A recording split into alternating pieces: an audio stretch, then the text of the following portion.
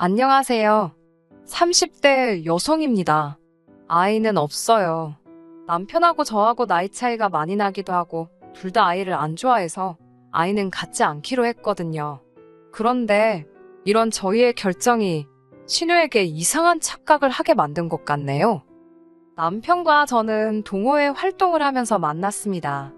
동호회 활동을 하게 된 계기는 제가 새로운 곳으로 이사를 했기 때문이었어요. 근 10년 가까이 다니던 회사를 떠나 새로운 직장으로 이직을 했습니다. 회사 자체만 놓고 보면 더 좋은 곳으로 가는 상황이었지만 사는 곳에서 1시간은 더 멀어지게 되었기에 이사를 하지 않을 수 없었습니다. 솔직히 새로운 동네로 이사를 올 때만 해도 큰 걱정은 없었고요. 하지만 사는 터전을 바꾼다는 게 생각보다 스트레스를 많이 받는 일이더군요. 게다가 새로 이직한 직장은 5시 퇴근에 야근도 없었습니다. 그렇다 보니 퇴근 이후 시간을 어떻게 하면 잘 쓸 수 있을지 고민이 되더라고요. 어떻게 하면 새로운 동네에 적응도 하면서 도움이 되는 취미를 가질 수 있을까? 그런 고민을 하다 찾게 된 것이 독서동호회 활동이었네요. 그리고 그 모임에 남편도 가입되어 있었고요.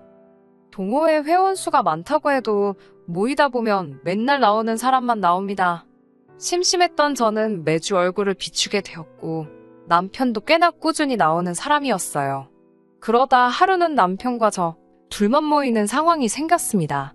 자연스레 독서보다는 대화를 많이 나누게 되었는데 7살이란 나이 차이에 비해 생각보다 말도 잘 통하고 서로의 직장도 멀지 않더라고요. 그날을 계기로 저희는 급속도로 가까워졌고 금세 연인 사이로 발전했습니다. 바보같이 들릴지도 모르지만 전 저와 남편이 운명이라고 믿었네요. 남편의 존재는 외로운 타지 생활에서 큰 위안이 되었습니다.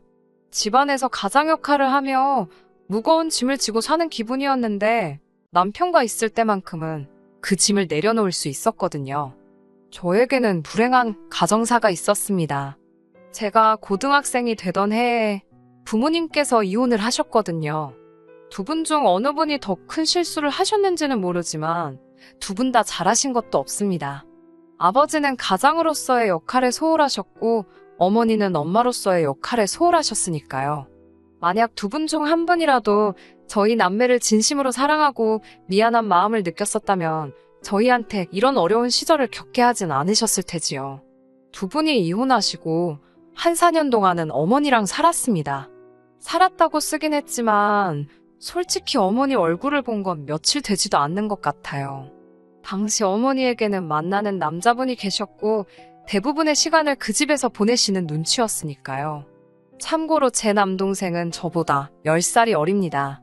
그러니까 당시 제 나이는 17, 동생은 7살이었어요. 그 어느 때보다 어머니의 손길이 필요한 나이였는데 어머니는 철저하게 동생을 외면하셨지요.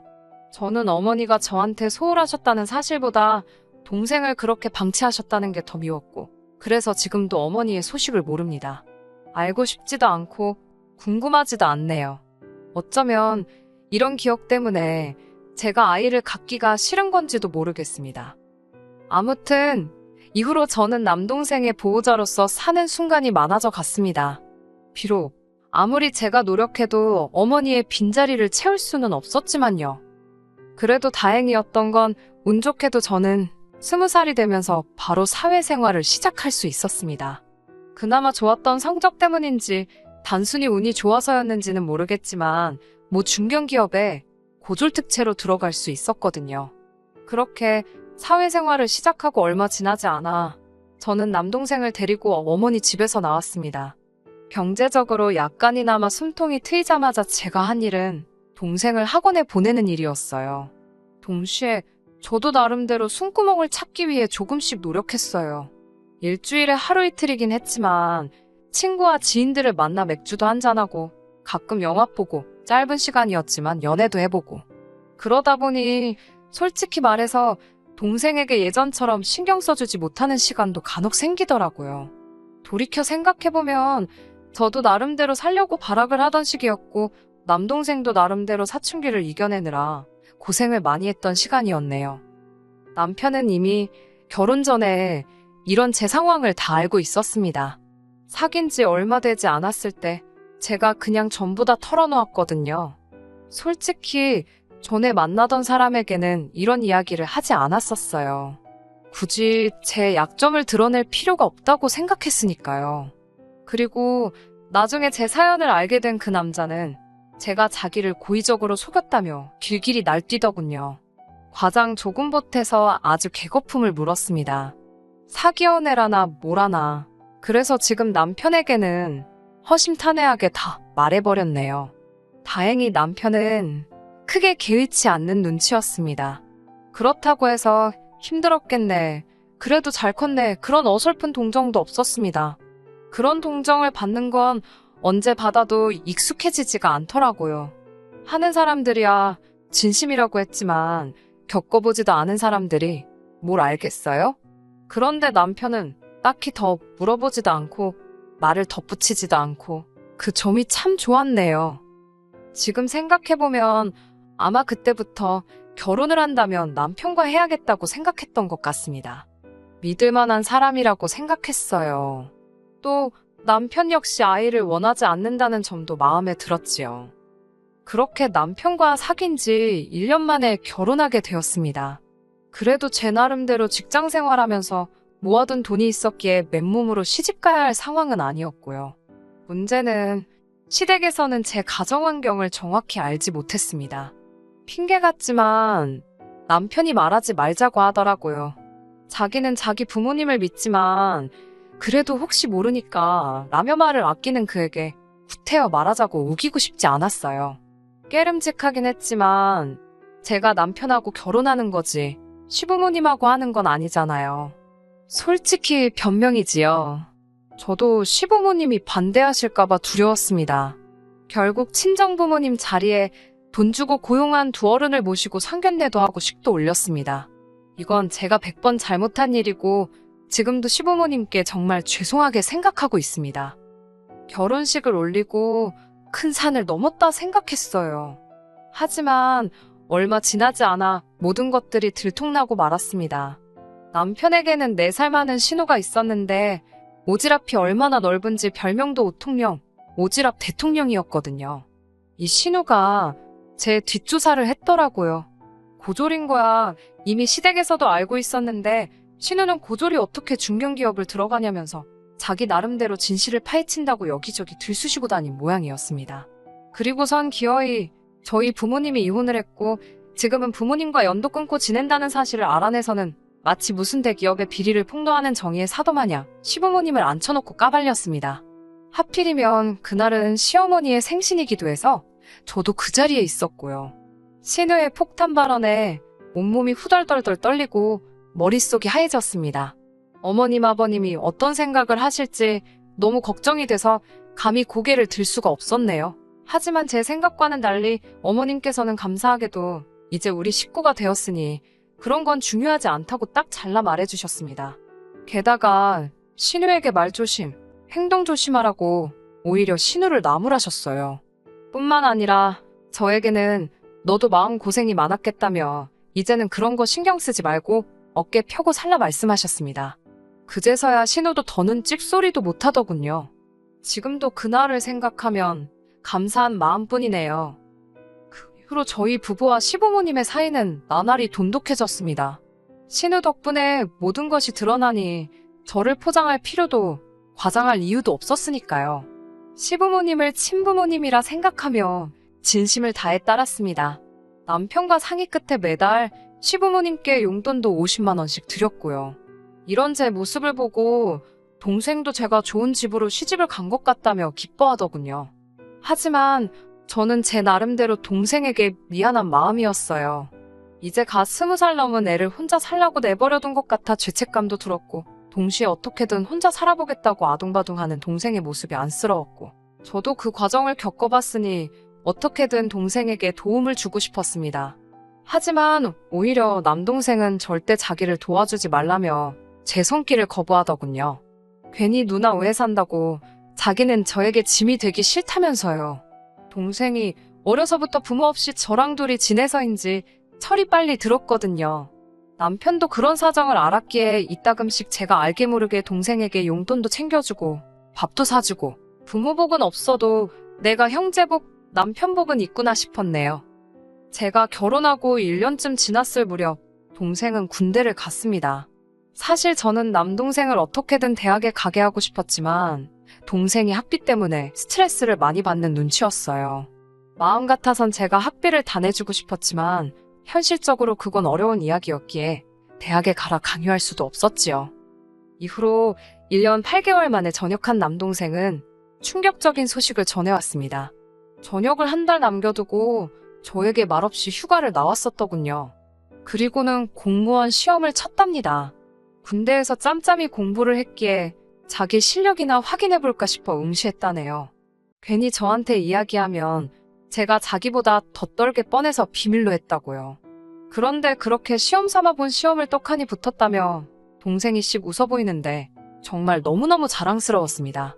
남동생이 군대에 있는 동안 종종 면회도 갔었고 휴가를 나왔을 땐 밥도 몇 번을 같이 먹고 동생에 대해서는 모르는 게 없다고 생각했는데 그런 꿍꿍이가 있었다는 건 조금도 눈치채지 못했었네요. 그런 동생을 보며 이번만큼은 동생에게 도움을 꼭 주고 싶었습니다. 저녁 이후로 당장은 저희 집에 머물고 있는 상황이었고 남편도 원하면 같이 살자고 했지만 동생은 한사코 이를 거부했어요. 신세지기도 싫다 했고 어차피 동생이 다니게 된 직장과 저희 집이 왕복 3시간이 넘게 걸릴 만큼 멀기도 했네요. 이제 곧 출근한다는 기쁨도 잠시 동생의 얼굴이 하루가 다르게 어두워져 갔습니다. 저에게 터놓고 말은 못하는 눈치였지만 전전긍긍하는 게 다 보이더라고요. 그런 동생을 보며 이번만큼은 동생에게 도움을 꼭 주고 싶었습니다. 제가 그래도 수입이 나쁘지 않았고 그간 시댁에 꾸준히 용돈을 드리고 있었던 것에 반해 친정에는 따로 용돈을 드린 일이 없었으니 이번만큼은 동생에게 도움을 줘도 괜찮겠다 싶었고요. 그렇다고 제 마음대로 혼자 결정할 수는 없었으니까 남편에게 이야기를 했어요. 남편 돈은 손대지 않고 제 적금으로 동생 보증금 정도는 도와주고 싶다고요. 남편도 시원스레 그거 좋은 생각이라며 제 의견에 동의해 주었습니다. 서울이라면 어림없었겠지만 다행히 서울이 아니었던지라 보증금 3천에 월세 40에 빌려 월세를 구할 수 있었습니다. 그리고 고맙게도 남편은 이 모든 상황을 이해해줬을 뿐만 아니라 기뻐해주기까지 했어요. 남동생도 저와 남편에게 정말 고맙다며 어떻게든 이 보증금은 꼭 갚겠다고 그러던걸요. 이후로 남편은 시부모님과 신우가 있는 자리에서 제 남동생이 군대에서 공무원 준비를 한 거며 합격까지 했다는 이야기를 마치 직접 보기라도 한 듯이 장황하게 설명을 하는데 어찌나 재미있고 뿌듯하던지요.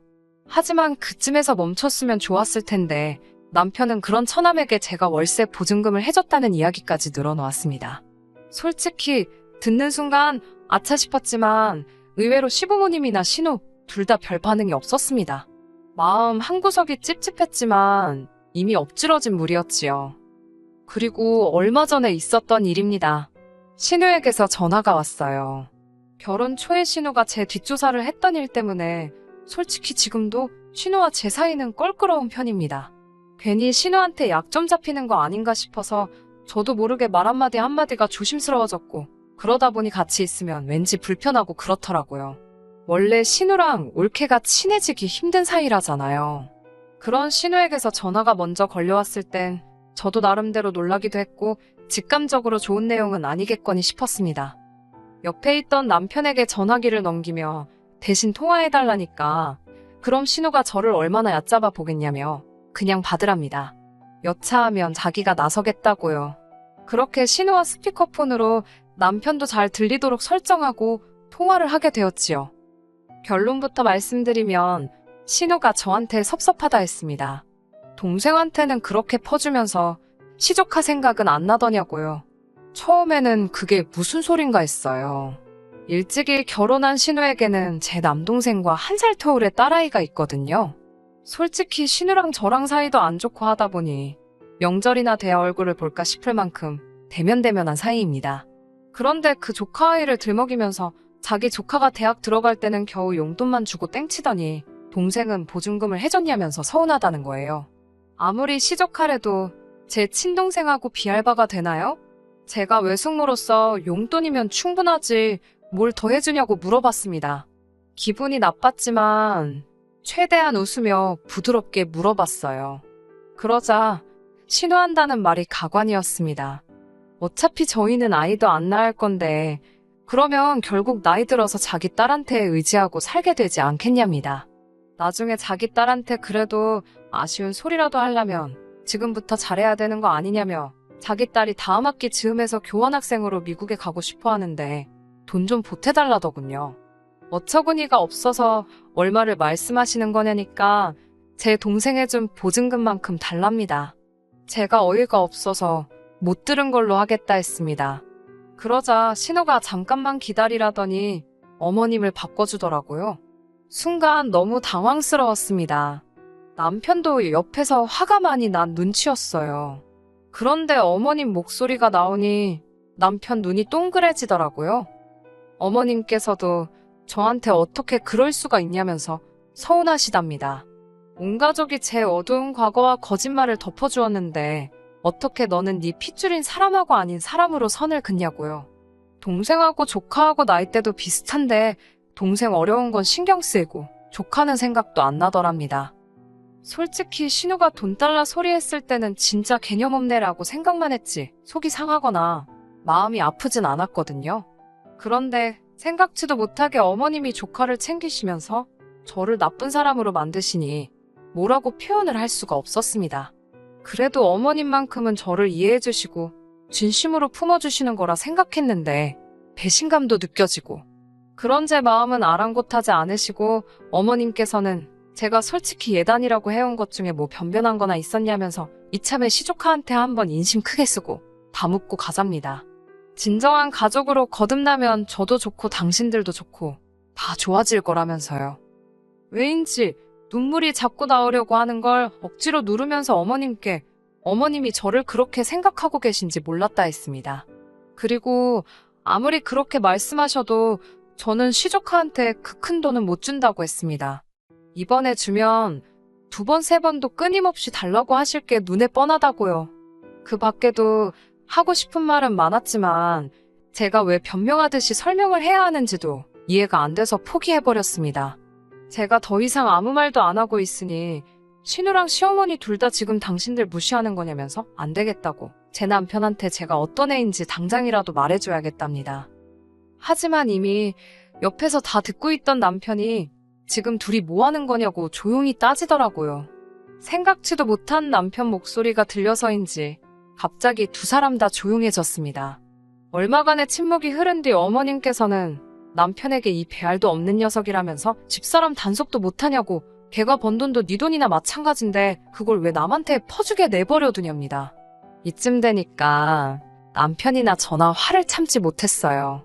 남편은 어머님께 정말 실망이라면서 이렇게 경우 없으신 분인지도 모르고 자랑스러워했다며 다시는 보지 말자고 소리를 지르더라고요. 그러자 어머님께선 너랑 나랑 왜 싸우냐고 네 마누라가 문젠데라며 가서 보증금 찾아다 네 조카부터 챙기랍니다. 너는 어째 팔이 바깥으로 굽냐면서 신우는 신우대로 빽빽거리고 결국 화가 난 남편이 휴대폰을 집어던지면서 통화가 끝났습니다. 남편은 자기 머리를 쥐어뜯으면서 저에게 정말 미안하답니다. 이런 사람들일 거라곤 상상도 못했다며 그전에도 저를 괴롭힌 적이 있냐고 자기가 정말 미안하다며 사과를 하더라고요. 이해해 달라 소리도 안 할 거고 이제 어머님이건 신우건 안 보고 살아도 그만이니까 우리 둘이서만 잘 살잡니다. 제가 그래도 당신 어머니고 누나인데? 그러자 남편은 신경 쓰지 말랍니다. 자기가 그동안 눈이 멀었던 것 같다면서 이제 정말 저만 지켜주겠다나요. 남편의 진심 어린 말들에 저는 결국 남편을 믿어보기로 했습니다. 이후로 시댁에 보내던 용돈을 끊었습니다. 그 외에도 저희가 보험이라던가 공과금을 내드리던 게 좀 있었는데 그런 것도 전부 다 끊었어요. 한두 달쯤 지났을까 어머님께서 아무리 그래도 자식된 도리는 하고 살라며 지금 뭐하는 짓이냐고 또 연락을 해오셨는데 남편이 소리를 지르더라고요. 자식된 도리가 돈 내주는 거냐고 그러면 안 한다고 어머니랑 단돈 10원짜리 하나도 주고받기 싫다면서 아주 질색팔색을 하던걸요. 지금 이 사연을 쓰면서도 마음이 편한 것만은 아닙니다. 그래도 사랑하는 남편이 제 옆을 든든히 지켜주고 있으니 슬프지만은 않네요. 언젠가 다시 어머님과 신우를 웃으며 볼 날이 올까요? 잘 모르겠어요. 한 가지 확실한 건 이 매듭은 제가 풀 수는 없을 것 같다는 거지요. 시간에 맡겨 볼까 봐요. 끝까지 들어주셔서 감사합니다. 오늘의 사연은 여기까지입니다. 구독과 좋아요, 알람 설정 부탁드리고 더 좋은 사연으로 다시 찾아뵙겠습니다. 감사합니다.